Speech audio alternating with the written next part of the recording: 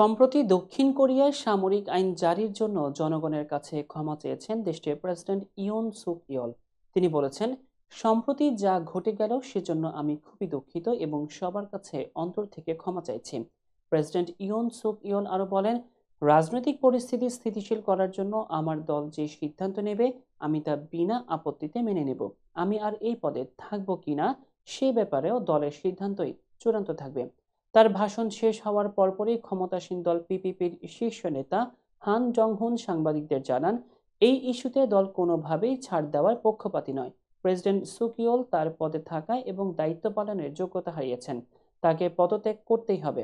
গত ৩ ডিসেম্বর টেলিভিশনে সম্প্রচারিত এক ভাষণে আকস্মিকভাবে দেশজুড়ে সামরিক শাসন জারি করেন ইউন সুক ইয়ল।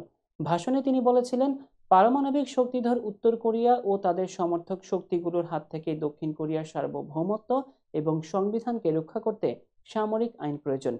টেলিভিশনে সামরিক আইন জারির ঘোষণার পরপরই ক্ষোভে ফেটে পড়েন পার্লামেন্টের বিরোধী দলের পাশাপাশি সরকারি এমপিরাও।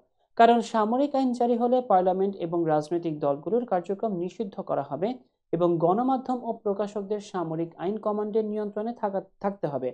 ক্ষুব্ধ আইন প্রণেতারা একযোগে প্রেসিডেন্ট ইউনের জারি করা এই ডিক্রি প্রত্যাখ্যান করেন। এদিকে সামরিক আইন জারির ঘোষণার পরপরই সশস্ত্র সেনারা জানালা ভেঙে পার্লামেন্ট ভবনে প্রবেশ করেন। একই সময় পার্লামেন্টের ছাদের উপরে চক্কর দিতে শুরু করে হেলিকপ্টার। পার্লামেন্টের কর্মীরা অগ্নি নির্বাপন যন্ত্র থেকে গ্যাস স্প্রে করে সেনাদের বাধা দেওয়ার চেষ্টা করেন। পার্লামেন্ট ভবনের বাইরে পুলিশের সঙ্গে ধস্তাধস্তিতে জড়িয়ে পড়েন প্রতিবাদকারীরা। চাপের মুখে সামরিক আইন জারির কয়েক ঘন্টা পরই তা প্রত্যাহার করে নিতে বাধ্য হন ইয়ল।